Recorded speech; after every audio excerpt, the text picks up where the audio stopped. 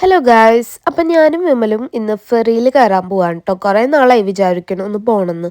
അപ്പം അതേ പോണ വഴിയൊക്കെ കണ്ടില്ലേ, ഫുള്ള് പൂക്കൾ പൂത്ത് തുടങ്ങിയിട്ടാ. സമ്മറൊക്കെ സ്റ്റാർട്ട് ചെയ്യാറായപ്പോൾ. അപ്പം അതേ പോണ വഴി നമ്മൾ റോഡിൻ്റെ നടുക്കിലായിട്ട് ഒരു താറാവ് ഇങ്ങനെ വണ്ടി ഇടിച്ച് കിടക്കണ കണ്ടു. അങ്ങനെ നമ്മൾ ഇതാ വണ്ടിയെല്ലാം സൈഡാക്കിയിട്ട് താറാവിനൊക്കെ പോയി നോക്കിയപ്പോൾ ഒരു കാക്ക അതിനെ കൊത്തിക്കൊണ്ടിരിക്കുകയായിരുന്നു കേട്ടോ. അതിനെ ഏതോ വണ്ടി ഇടിച്ചിട്ട് നിർത്താതെ പോയിരിക്കുകയായിരുന്നു. അതിൻ്റെ മൂക്കിൽ നിന്നൊക്കെ ബ്ലഡ് വരുന്നുണ്ടായിരുന്നു.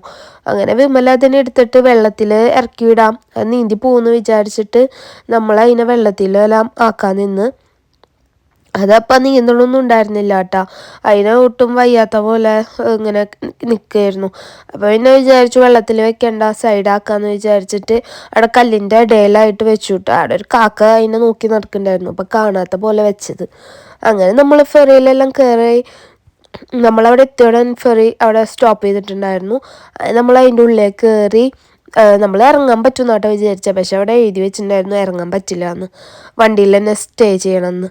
അപ്പോൾ പിന്നെ ഇറങ്ങിയൊന്നുമില്ല. പിന്നെ പെട്ടെന്ന് അപ്പുറത്തെ സൈഡിലെത്തി, കുറച്ച് ദൂരം ഇങ്ങനെ പോയുള്ളൂ കേട്ടോ. അങ്ങനെ ദേ നമ്മൾ വണ്ടിയുടെ മേലെ കയറി നിന്നിട്ടാട്ടോ ഞാൻ വീഡിയോ ഒക്കെ എടുത്തത്. അങ്ങനെ നമ്മൾ ദേ അപ്പുറത്തെ കരയിലെത്തി. പിന്നെ നമ്മൾ ആ താറാവിന് എന്താ പറ്റിയെന്ന് അറിയാൻ വേണ്ടിയിട്ട് തിരിച്ചും നമ്മൾ സെയിം ഫെറിയിൽ തന്നെ കയറിയിട്ട് അപ്പുറത്തെ സൈഡിലേക്ക് പോകാമെന്ന് വിചാരിച്ചു കേട്ടോ.